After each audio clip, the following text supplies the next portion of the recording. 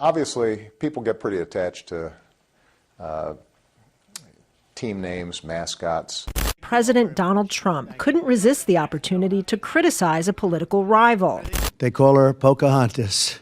I'd think about changing it. And in fact, if you use the term, you get criticized. Presidents should not be telling the Washington Redskins to change their name. Our country has far bigger problems, exclamation point. Focus on them, not nonsense.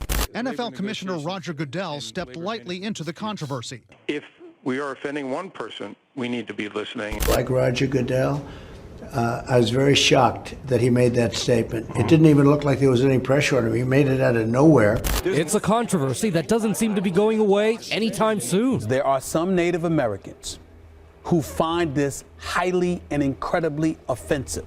The name was never a label. It was and continues to be a badge of honor. But within minutes, the Native American group at the center of the football firestorm hit back. It's obvious Dan Snyder, Washington's owner and despicable human being, has no intention of changing his team's name. From media interviews he has given to purposely corrupt support through a Fugazi poll, Snyder continues to get in his own way. What I did realize was that I've always been a Redskin fan. His main argument? Most people understand what the team name means.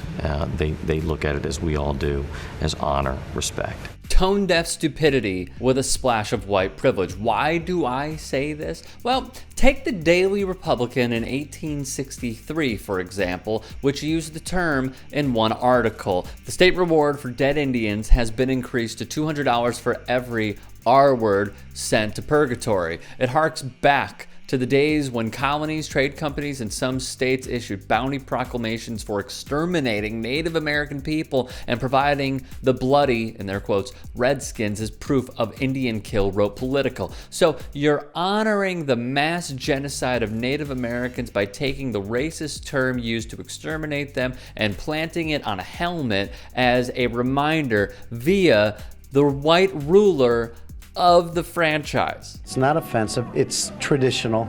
It's an honor to bear an Indian heritage name. Thanks, but no thanks, random white guy. When such bounties were offered on a sliding scale of payments, depending on whether the dead were men, women, or children, the notices often used the term scalps when they in fact meant the victims' genitalia. That was the only way to truly distinguish the gender and maturity of the skinned corpse. Many times the killers reserved the term top knot for an actual scalp of a head with hair. Then there was this crap.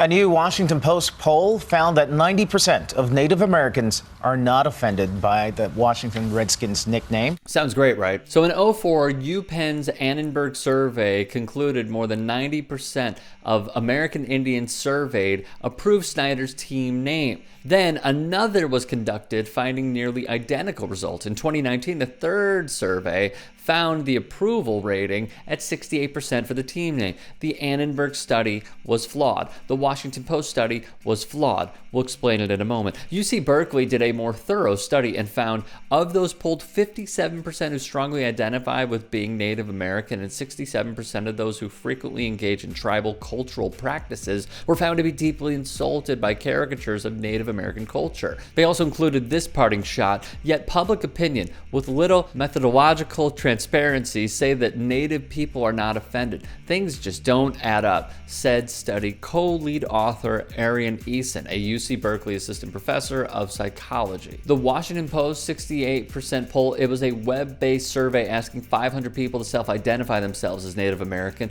Among other things, it asked respondents to identify whether the name made them feel proud, disappointed, empowered, embarrassed, appreciative, or hopeless. And that 2016 survey finding 90% are not bothered. It was a telephone survey of 504 self-identified Native Americans.